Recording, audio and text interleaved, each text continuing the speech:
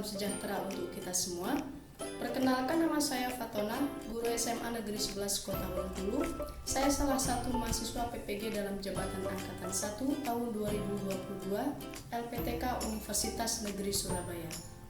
Hari ini Rabu 5 Oktober 2022 akan melakukan uji kinerja di SMA Negeri 11 Kota Bengkulu. Selamat menyaksikan.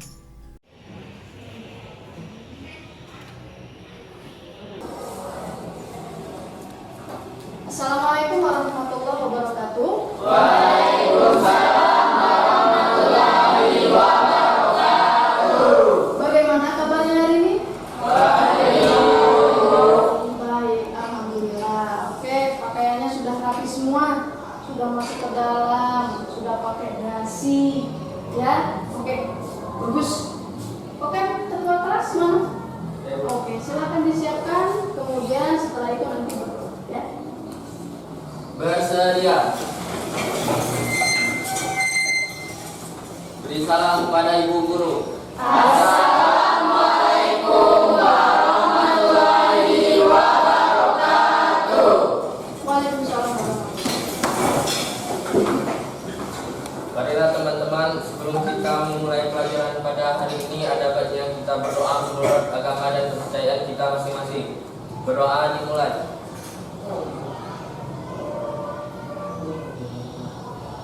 Berdoa selesai.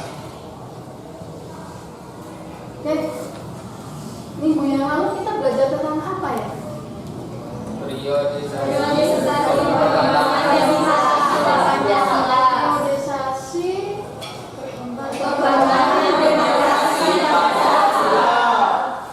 Periodenya ada berapa di sana? Ada lima. Apa aja? Yang pertama periode 1959 periode 19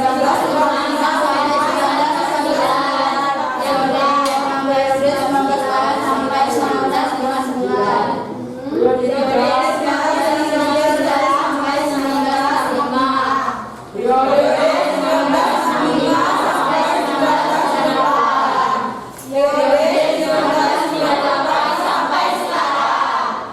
Bagus, berarti masih ingat semua ya? Ya. Baik. Ibu cek kehadiran dulu ya.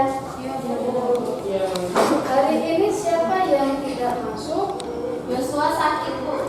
Yosua sakit. Yosua. Siapa lagi? Ali Alfa. Ali Alfa. Siapa lagi? Sudah. Oke. Oke ya, berarti hari ini sudah siap belajar semua? Supaya semangat, kita iya dulu ya. Ya, Bu. Kalau ibu bilang selamat pagi, pagi 3 kali ya. Kalau ibu bilang 11 IPA 3, Bisa. ya, siap? Oke. Tes 1, 2, 3. Selamat pagi. Pagi. 11 IPA 3. Bisa.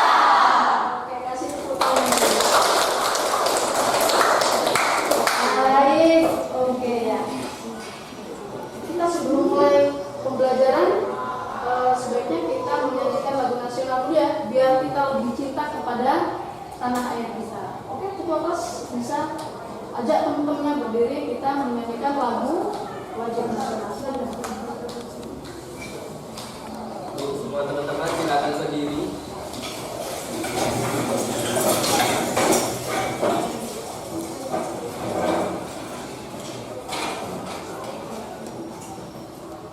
Hitungan ketiga mungkin. Mari teman-teman, kita sebelum belajar kita menyanyikan salah satu lagu wajib nasional, yaitu Garuda Pancasila. 1, 2, 3. Garuda Pancasila, akulah pendukungmu. Patriot proklamasi, siap berkorban untukmu. Pancasila dasar negara, rakyat adil makmur sentosa.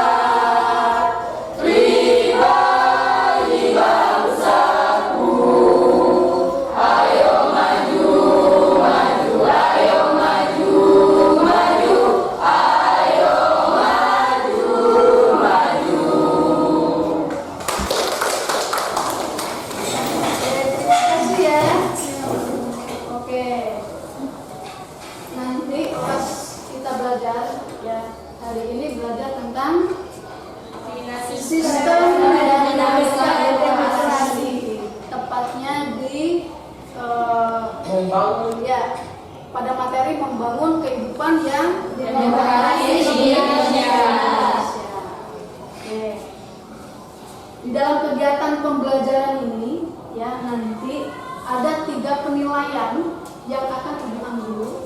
Yang pertama ada penilaian sikap, yang kedua penilaian pengetahuan, yang ketiga penilaian keterampilan. Ya, penilaian sikap itu nanti ketika kegiatan belajar mengajar berlangsung itu akan Ibu amatin. Kalau penilaian pengetahuan nanti akan Ibu berikan evaluasi, ya. Yang ketiga keterampilan, bagaimana nanti kalian dalam menyajikan atau presentasi hasil diskusi yang sudah didiskusikan. Paham? Paham. Kita lihat dulu. Pernah lihat gambar ini?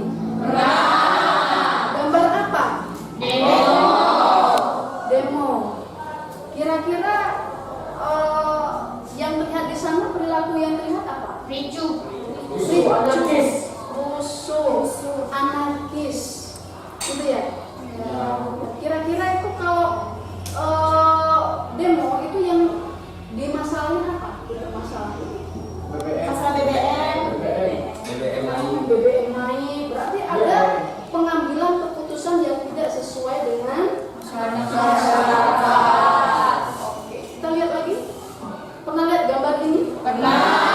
Gambar apa coba? Pemilihan kelas. Pemilihan ketua kelas.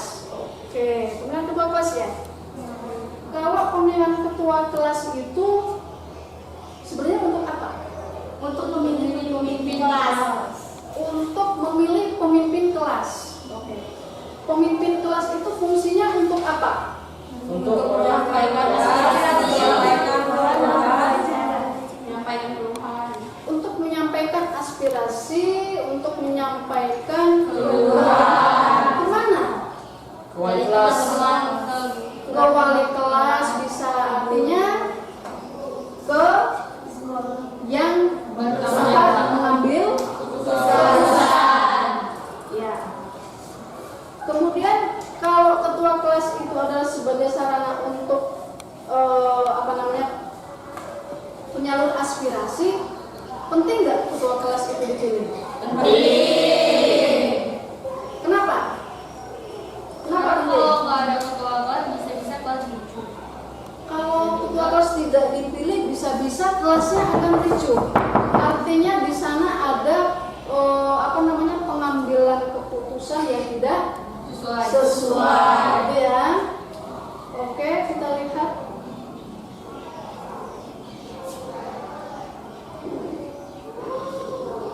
Kalian amati ya.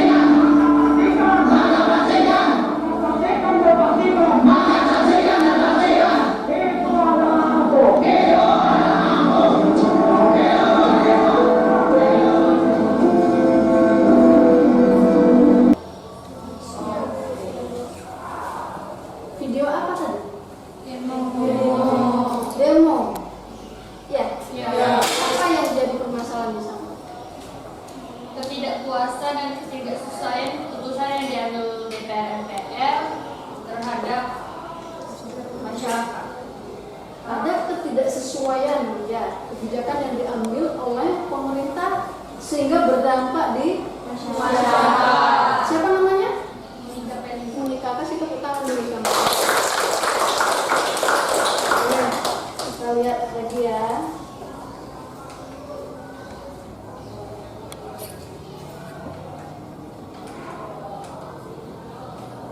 Ya, hari ini ya belajar tentang membangun kehidupan yang demokratis. Ya, membangun kehidupan yang demokratis di Indonesia. Kita lihat dulu tujuan pembelajaran. Ya, tujuan pembelajaran di materi ini yang pertama itu adalah siswa mampu menjelaskan pentingnya kehidupan yang demokratis. Ya. Yang kedua, setelah nanti kalian mempelajari materi ini, siswa mampu menganalisis perilaku yang menunjukkan pelaksanaan demokratis. Ya, kita lihat lagi.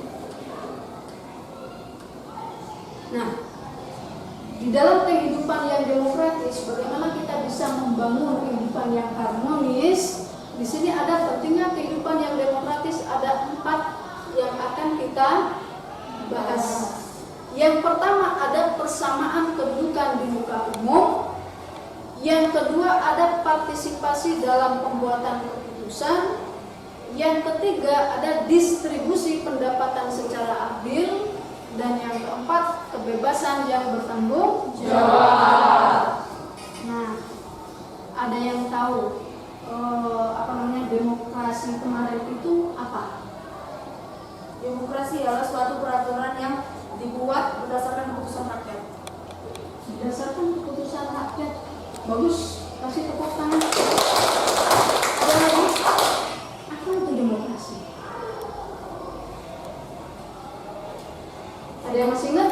Yang demokrasi? Demokrasi adalah pemerintahan di mana semua warga negaranya memiliki hak yang sama untuk pengambilan keputusan yang dapat mengubah hidup mereka. Oke, bagus. Siapa namanya? Gina, kasih tepuk tangan sama Gina. Ya, bahwasanya demokratis, ya, demokratis di minggu yang lalu kita sudah pernah membahasnya bahwa di sana ada tentang pemerintahan dari rakyat, oleh rakyat, untuk rakyat. Artinya apa? Semua kebijakan yang diambil, keputusan yang diambil itu adalah berdampak dengan masyarakat. Oleh karena itu harus berhati-hati dalam mengambil keputusan. Oke ya. Oke.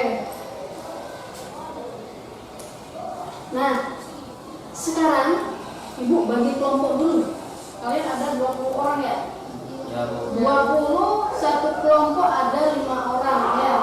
Artinya ada 4 kelompok. Oke. Di sini ada tugas ya, tugas kelompok nanti yang akan diselesaikan. Ibu kasih waktu 10 menit ya, waktu 10 menit, nanti silakan kalian isi.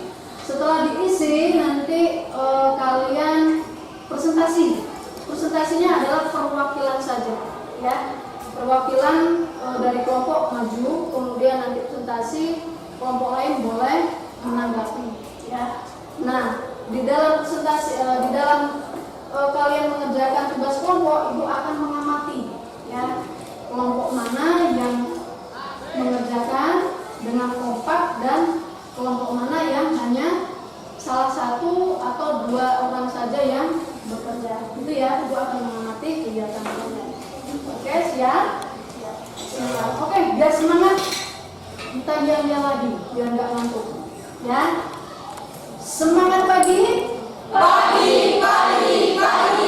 11 IPA 3 bisa. Oke, kelompok 1 mana? Ya, ini kelompok 1 ya. Kelompok 1, kelompok 2, kemudian kelompok 3, kelompok 4. Ya.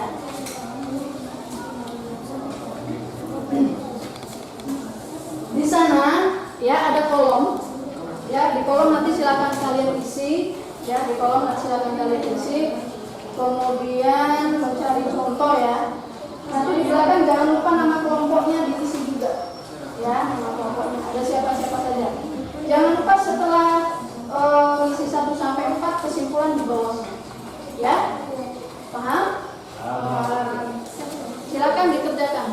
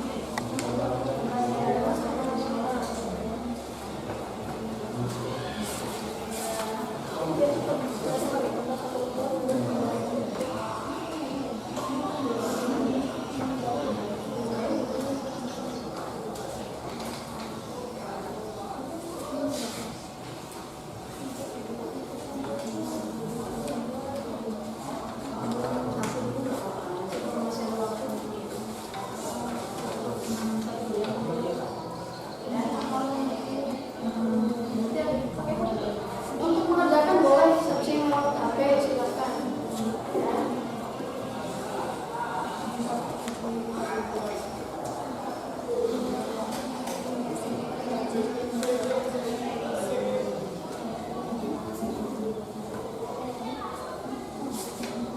Siapa yang di sekolah tadi?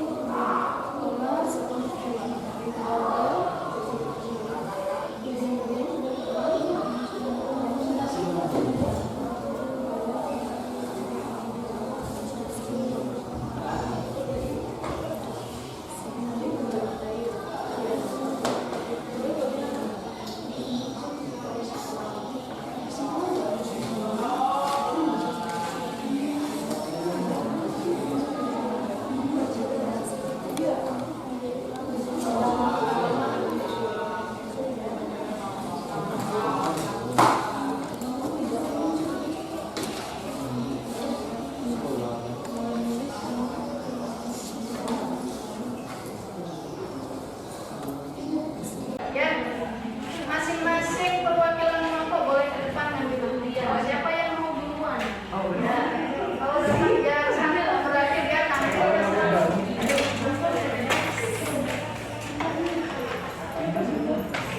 Kelompok 1 mana? Kelompok 1. Kelompok 1 ambil dulu. Kelompok 1 jangan dibuka dulu ya. Silakan dulu. Kelompok 2. Kelompok 3, kelompok 4. Oke, silakan duduk. Nanti dibuka. Oke. Yang nomor 1, dapat nomor 1 siapa? Boleh dibuka, silakan dibuka. Nomor 1, nomor 2, 3, 4. Oke, berarti yang tampil duluan kelompok 1. Kelompok 2, kemudian kelompok 3, kelompok 1 dan kelompok 4. Kelompok 3. 3 berarti kelompok 4 nomor 2 ya. Oke, silakan kelompok 2 kita kasih tepuk tangan dulu.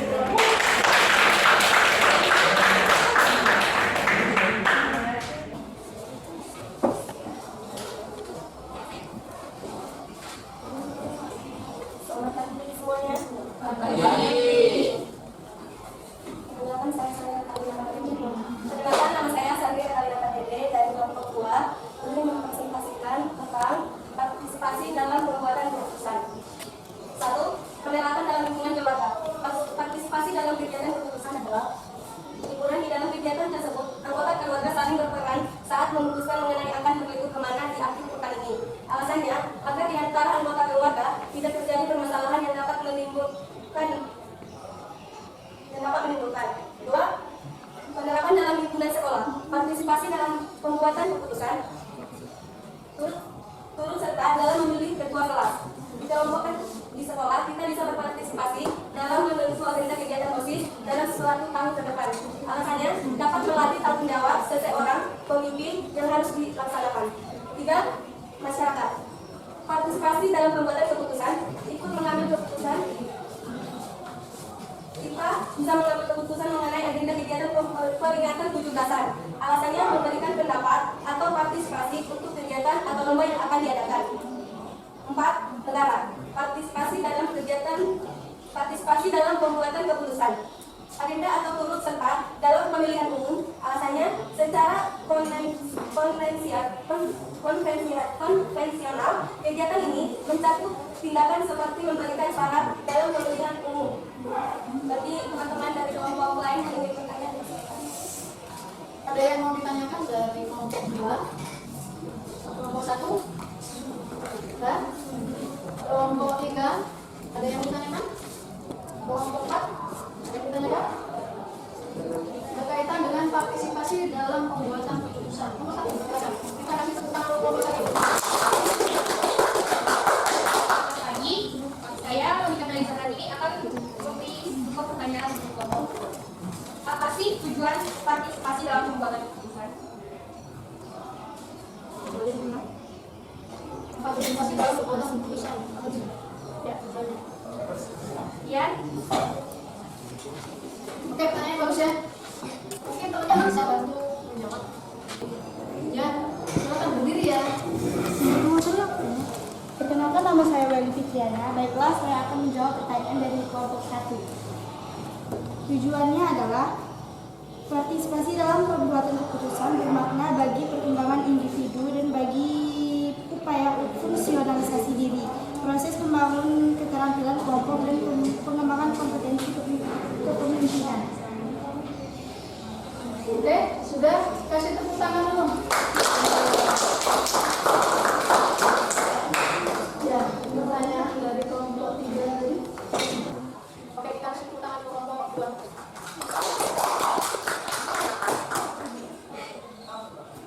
Berikutnya, ya. ini saya dari kelompok 2 menutup presentasi pada pagi hari ini. Jika ada kesalahan, kami mohon maaf. Terima kasih. Kelompok 4 ya? Kasih tepuk tangan ke kelompok 4.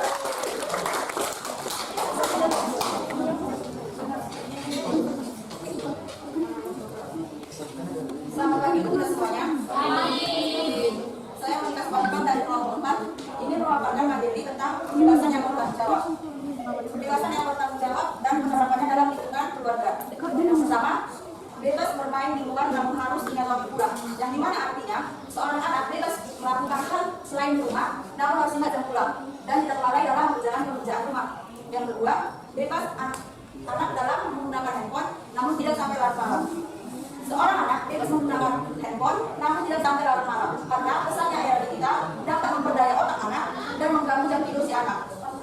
Yang kedua, sekolah bebas memberikan pertanyaan atau pendapat kepada guru dengan bahasa yang sopan.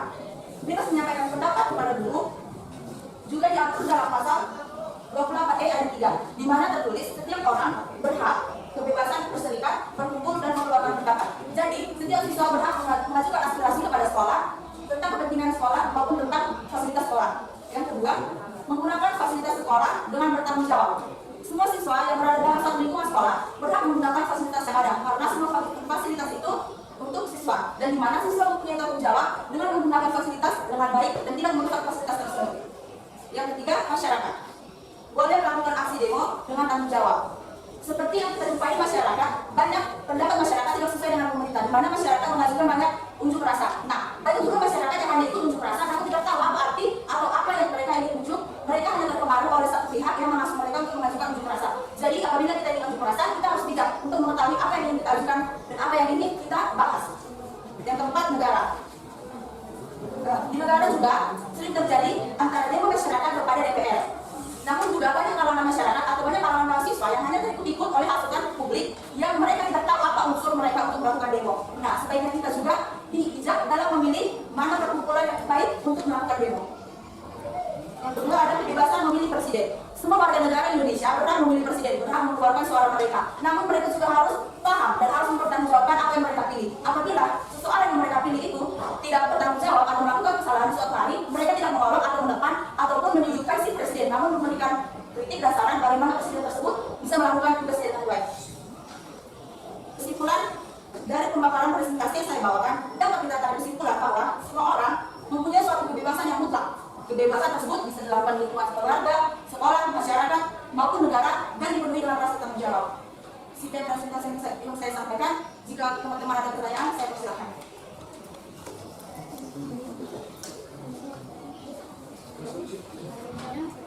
Kelompok 1, ya kita masih tepuk tangan lagi untuk kelompok 1. Sekarang saya kelompok 1 akan bertanya, bagaimana jika kebebasan tersebut dilakukan tanpa ada pertanggungjawaban? Oke, pertanyaannya bagus. Baik, saya akan menjawab pertanyaan dari kelompok 1. Seseorang yang melakukan suatu kebebasan tanpa adanya tanggung jawab, maka akan menimbulkan sanksi. Seperti misalnya demo. Mereka yang demo, namun mereka tidak tahu apa yang diusulkan. Maka banyak juga polisi yang menangkap para masyarakat yang hanya ikut-ikutan demo tanpa tahu apa itu yang akan mereka demokan, sehingga mereka akan terkena pidana. Gimana nomor 1? Iya, kita masih tepuk tangan. Jikalau presentasi kami dari kelompok 4 jika ada pemaparan materi yang kurang jelas atau pendapat yang salah, saya mohon maaf. Terima kasih. Oke. Yang berikutnya, yang tampil tak? Oke. Kita buka dulu.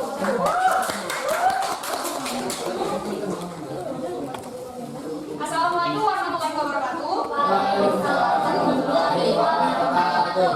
Baik, saya akan menjabarkan hasil diskusi kami tentang kebersamaan kedudukan dan penerapan dalam lingkungan keluarga, yaitu perbedaan kebebasan yang dilakukan terhadap anak. Kadang orang tua membeda-bedakan anaknya, seperti anak sulung lebih didahulukan dibanding anak keduanya.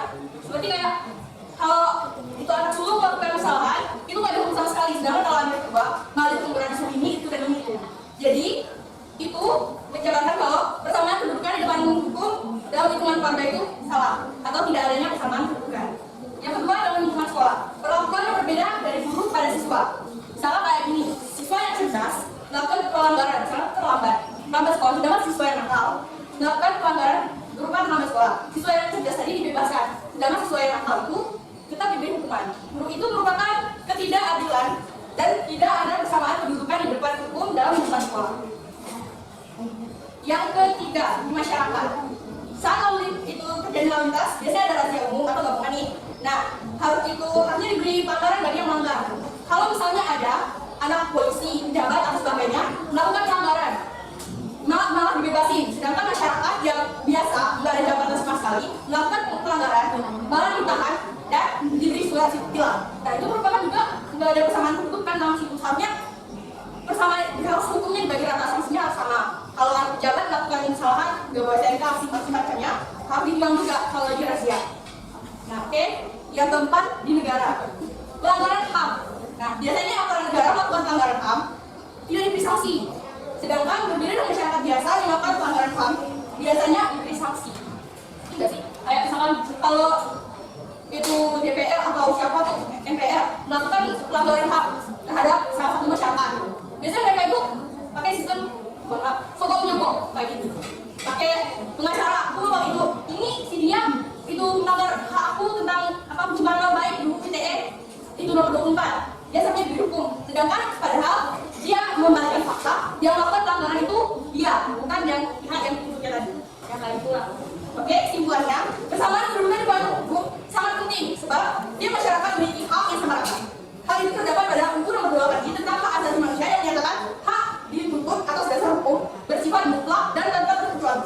Adanya persamaan kedudukan ini diadakan untuk tidak terjadinya konflik ke depannya. Oke, sekian dari kelompok saya. Ada yang mau ditanyakan?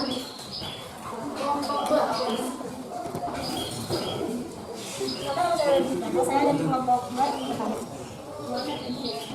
mengapa persamaan kedudukan di tempat umum itu penting? Oke, dari itu kanan dulu kelompok 2. Seperti yang saya jelaskan tadi, persamaan kedudukan di depan umum sangat penting sebab masyarakat, semua orang yang ada tinggal di bumi ini memiliki hak dan kewajiban yang sama seperti hak asasi manusia kan terdapat di UU nomor 28 tentang hak asasi manusia yang menyatakan hak dituntut berdasar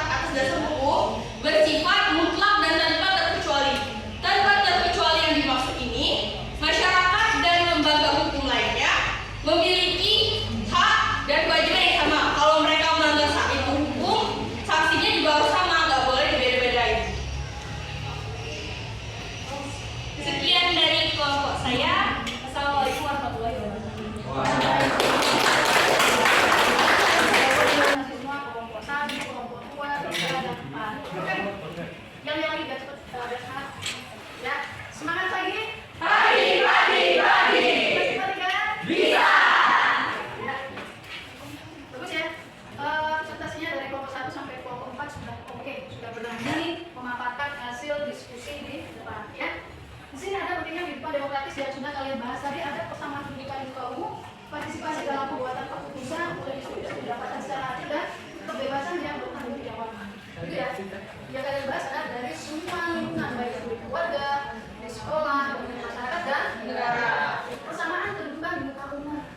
Ya.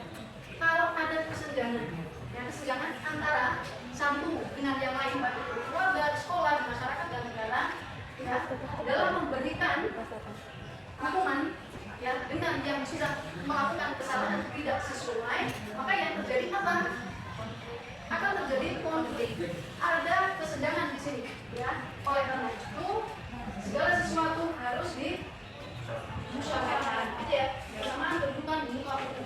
Ya, semua warga negara berhak untuk mendapatkan kesamaan kedudukan juga tanpa pandang bulu, ya. Yang kedua ada partisipasi dalam pembuatan keputusan, ya sama. Ini adalah pembahasan kelompok 2. Partisipasi dalam pembuatan keputusan ini, ya pemerintah dalam mengambil keputusan, ya kalau pengambilan keputusan di lingkungan keluarga siapa? Kalau keluarga itu siapa? Orang ayah misalnya, ya ayah, ya partisipasi dalam pembuatan keputusan. Ya. Dalam membuat keputusan juga harus dipertimbangkan, ya apakah ini akan merugikan rakyatnya atau ya. Kalau merugikan rakyatnya, apa yang akan terjadi? Apa yang akan terjadi? Ya, demonstrasi akan melakukan aksi unjuk rasa. Ya, kemudian ada distribusi pendapatan secara adil. Ya, distribusi pendapatan secara adil.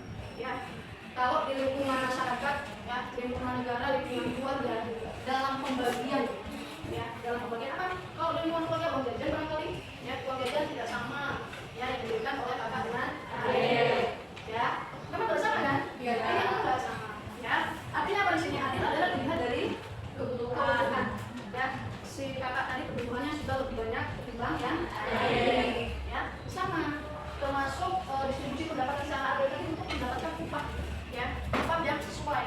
Ya, kalau di daerah itu pendapatannya sudah banyak, ya, daerah berkembang gitu ya, itu sudah memiliki pendapatan UMR yang sudah sesuai.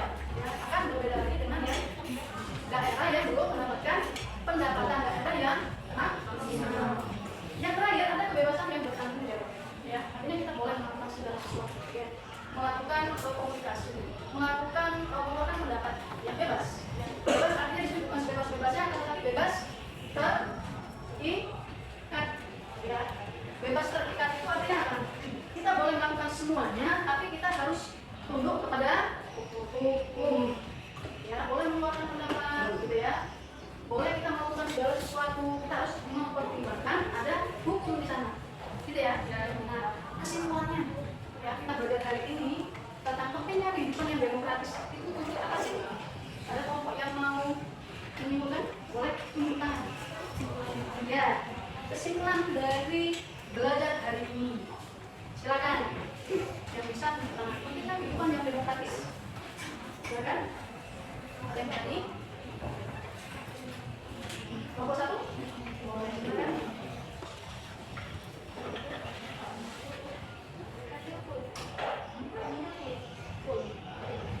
Silakan. Kesimpulan dari belajar hari ini, demokrasi sangat penting untuk keberlangsungan suatu negara agar negara tersebut rukun dan akur. Biar tidak terjadi konflik atau semacamnya. Karena demokratis kan ditunjuk dari suara rakyat. Hak rakyat juga harus diberikan. Jadi untuk aparat kenegaraan juga harus diberlakukan sama rata sama seperti rakyat pada umumnya. Oke, terima kasih kelompok 1. Kelompok 4, silakan. Silakan kelompok 4. Pentingnya pembelajaran kita tentang demokratis pada hari ini adalah kita mampu mengetahui apa itu arti demokratis dalam cakupan luas, di mana ada hubungan dari keluarga, sekolah, masyarakat, hingga negara. Dan kita juga bisa belajar untuk menjadi penerus bangsa yang bijak dan demokratis bagi di sekolah, keluarga, negara, dan masyarakat. Terima kasih. Oke, kasih.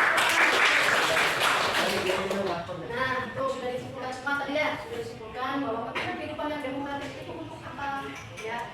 Artinya kita itu adalah negara yang beragam, gitu ya, negara yang beragam, kita dalam pengambilan keputusan, ya. Kemudian di dalam kita pendistribusian pendapatan secara adil, untuk pendapat yang sama bagi umum. Kalau kita lihat dari lingkungan yang luas, ya, keluarga, sekolah, masyarakat dan negara, semua kebijakan yang diambil oleh pemerintah harus memperhatikan apa? Harus memperhatikan masyarakat. Ya, apakah itu akan berdampak di masyarakat atau tidak? Dampaknya seperti apa? Negatif atau positif? Ini keputusan harus perlu diperhatikan. Ada di sini ada yang bertanyakan? Ya. Kalau tidak, kita hari ini cukup sampai di sini. Ya. Minggu depan kita beralih ke pembahasan baru. Ya, nanti silakan baca kembali di rumah bahasanya seperti apa, ya, sehingga kita tidak bisa untuk melakukan kembali. Nah, ibu akan mengumumkan hasil pengamatan ibu tadi. Ya, kelompok mana yang banyak berkontribusi, ikut berpartisipasi aktif dalam kegiatan diskusi ini, ya. Ada kelompok berapa? Kelompok 1 tadi ada bertanya 2 kali ya. Ada setiap kelompok bertanya. Setiap kelompok bertanya. Kemudian memberikan kesimpulan. Ya, berarti ada 4 poin ya. Kemudian di kelompok 4, ya. Kelompok 4 ada bertanya berapa kali? 2. Ya, ada bertanya tadi 2 kali ya. 2 kali bertanya, kemudian akan menjawab pertanyaan, ya. Dan yang terakhir ikut menyimpulkan. Ya, artinya ada 4. Ya.